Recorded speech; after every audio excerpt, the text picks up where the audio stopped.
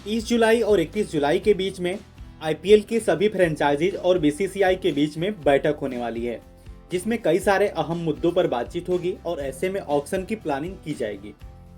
इस साल mega auction होने वाला है, कई खिलाड़ियों की अदला बदली होगी, दूसरी टीम में जाएंगे, करोड़ों खर्च होंगे और 10 टीमें जो है वह नए खिलाड़ियों के साथ अपनी टीम को पूरा करेगी। इस बैठक में आखिरकार क्या हो सकता है और कितना ऑप्शन जो है वह बदल सकता है, जैसे कि आईपीएल रिटेंशन में बदलाव हो सकता है। हमने अभी आईपीएल रिटेंशन देखा है, कुछ खिलाड़ियों को रिटेन किया जाता है, बाकी सबको ऑप्शन में डाला जाता है।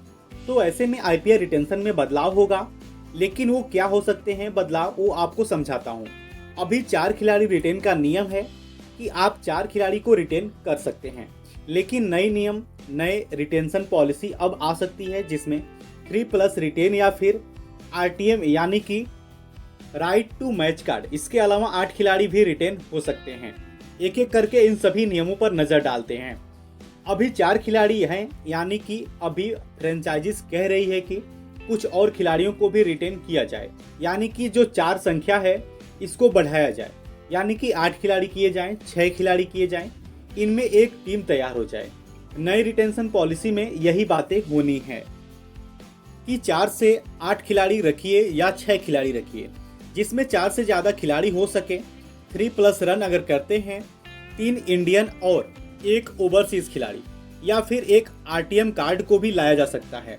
जैसे कि मान लीजिए कि रोहित शर्मा मुंबई इंडियंस छोड़ देते हैं तो वो ऑप्शन में होते हैं और चेन्नई सुपर किंग्स उन पर लगभग 25 करोड़ उन पर बोली लगाती है और ऐसे में मुंबई को लगता है कि नहीं, हमें रोहित को नहीं जाने देना चाहिए, तो मुंबई इंडियंस आरटीएम कार्ड का इस्तेमाल करके 25 करोड़ जितना भी प्राइस लगा होगा रोहित शर्मा पे, मान लीजिए एक एग्जाम्पल के तौर पे, वो उस फ्रेंचाइजी यानी कि चेन्नई सुपर किंग्स को दे देगी और रोहित शर्मा को अपने साथ जोड़ लेगी।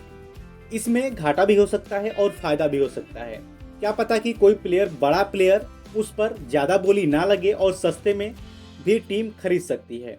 तो यह सारी चीज़ें आरटीएम में आती है और इसके अलावा आईपीएल इम्पैक्ट प्लेयर नियम भी चर्चा में है, क्योंकि इस नियम पे जो टेम्परेरी बेस पर इसको लाया गया था, 1 साल अच्छा चला, 1 साल इसमें थोड़ी सी खामियां लगी, तो ऐसे में इस नियम पर भी बातचीत होने वाली है।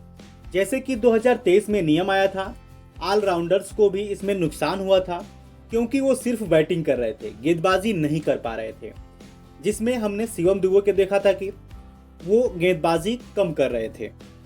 तो कुछ ऐसे खिलाड़ी थे जो सिर्फ गेंदबाजी करते थे, बल्लेबाजी नहीं मिल पा रही थी, तो यहाँ पे कहीं ना कहीं कंफ्यूजन थी और कई सारे क्रिकेटर्स, एक्सपर्ट ने कहा था कि ऑलराउंडर्स का रोल जो है वो कम हो रहा है आईपीएल में, क्योंकि आप एक से बल्लेबाजी कराते हैं, एक से आप गेंदबाजी कराते हैं। इसके अलावा सूर्य कुमार यादव जैसे खिलाड़ी को भी इम्पैक्ट प्लेयर बनते हुए देखा है, जो कि फिट हैं, जो शानदार फील्डिंग करते हैं और सिर्फ बैटिंग करके डगआउट में बैठ जाते हैं।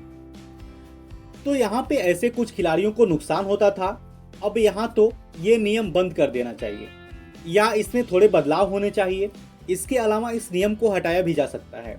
यह भी चीज़ है कि बदलाव कैसे होंगे कि इम्पैक्ट प्लेयर, जैसे कि आप 14 ओवर के बाद लाइए, 10 ओवर के बाद लाइए, बारिश हो गई तो इम्पैक्ट प्लेयर हट जाता है, तो यहाँ पर इम्पैक्ट प्लेयर थोड़ा सा बदल सकते हैं या फिर इम्पैक्ट प्लेयर को आईपीएल से हटाया भी जा सकता है।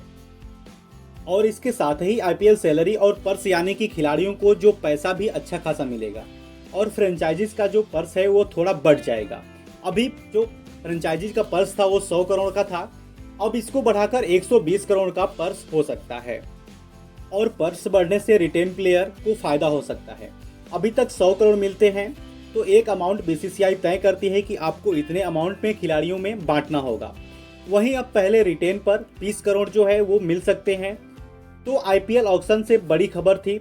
अब देखते हैं कि बीसीसीआई और सभी फ्रेंचाइजीज की मीटिंग होती है तो इन तीनों नियमों पर कौन कौन से नियम आईपीएल ऑक्शन में लागू होते हैं। तो ऐसी ही क्रिकेट खबर पाने के लिए हमारे यूट्यूब चैनल को सब्सक्राइब करिए। अगर आप फेसबुक पे देख रहे हैं तो पेज को फॉलो करिए। वीडियो देखने के लिए आपका बहुत बहुत धन्यवाद।